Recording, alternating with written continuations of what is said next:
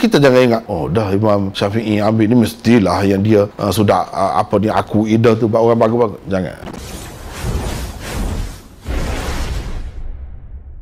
Jadi perawi-perawi yang dhaif tu adakah? Tak ada langsung riwayat-riwayat mereka dalam kitab-kitab kita ni? Jawabnya ada. Tapi pengarang-pengarang yang bertanggungjawab, dia ada isyarat, dia cerita, dia komen. Baru kita tahu ini kesilapan orang ni, kesilapan di sini, ini perawi ni dhaif. Kalau dalam Tirmizi banyak sangatlah macam tu. Bukan seorang imam, mana ramailah telah meriwayatkan hadis daripada perawi-perawi dhaif. Jangan kita ingat dah dhaif jadi bermakna tak ada lah dalam kitab hadis ni. Banyak sangat. Bukan setakat yang dhaif, yang maudhu' tu pun ada juga dalam Tirmizi pun. Tetapi mereka menerangkan keadaan perawi-perawi yang lemah itu kepada orang ramai. Ibrahim bin Abdullah bin Al-Munzir Al-Bahili meriwayatkan kepada kami, katanya Ya'la bin Ubaid meriwayatkan kepada kami, katanya Sufyan Ats-Tsauri. Kata Sufyan Ats-Tsauri. Ni nak cerita kata-kata Sufyan Ats-Tsauri saja, kena bawa sanad. Bukan kata-kata Nabi pun. Nak pasti betul kalau Sufyan Ats-Tsauri kata ni. Betul lah ni sanadnya. Apa dia kata? Jauhi Al-Kalbi.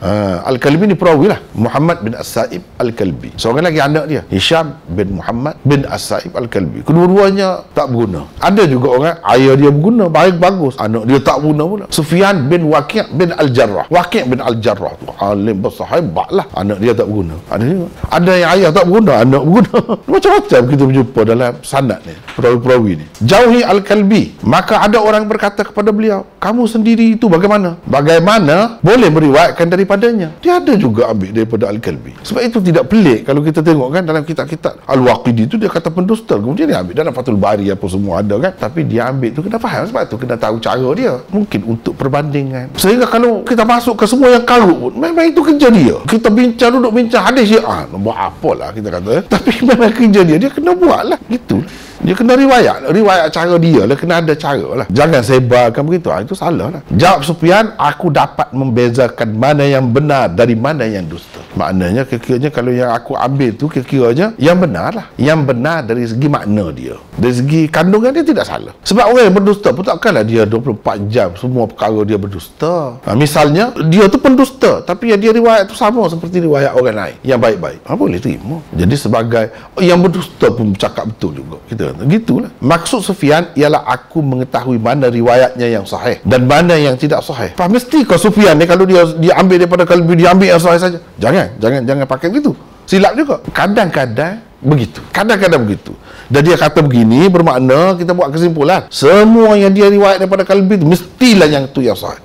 Jangan kata begitu. Kalau kata begitu terkena juga kita. Kebanyakannya ataupun biasanya begitulah. Kalau dia takat itu saja kita kata sebagai langkah bercermatlah. Riwayat-riwayatnya yang dhaif pula tidak kupilih. Adapun orang ramai yang tidak dapat membezakan riwayat-riwayatnya, maka dia hendaklah menjauhinya. Itulah maksudnya, itulah pesanannya, harapan dia. Adapun dia tak apa. Macam doktor lah, doktor kalau orang biasa dia tak benarkan masuk tu dalam buat tu tak boleh. Nak masuk tu macam-macam syaratnya. Doktor kita tengok biasa saja, dia masuk selalu, keluar masuk. Memang kerja dia dah. Tak apa pun, dia ada persediaan dah. Lain lah. Kita boleh masuk kena jangkitan, habis lah. Sebab itu dia nasihatkan begitu. Jangan sekali-kali terpedaya dengan perawi-perawi dhaif kerana semata-mata imam-imam besar ada meriwayatkan sesuatu hadis daripadanya. Habis dah cerita Sufyan tu, dia tak kata lah ni saya kata lah. Jangan terpedaya. Kadang-kadang kita tengok imam besar ni, kenapa dia ada dalam sanad dia ni perawi dhaif? Bukan setakat perawi dhaif, perawi maudhu' pun ada. Kenapa dia buat gitu? Itu kita kena faham lah. Inilah bendanya, panduan untuk kita hari ini. Telah diterangkan sebelum ini bahawa riwayat 3 macam perawi dhaif tidak boleh dijadikan hujah dan dalil. Tadi Imam Tirmizi kata tidak boleh dijadikan dalil, hujah dan dalil. Fa kullu man ruwiya anhu hadithun mimman yuttaham, satu orang yang tertuduh. Ini golongan yang pertama. Au yudha'afu li ghaflatihi wa kathrati khata'ihi, ataupun dia dikatakan dhaif kerana terlalu alpa, sangat alpa dan banyak kesilapannya.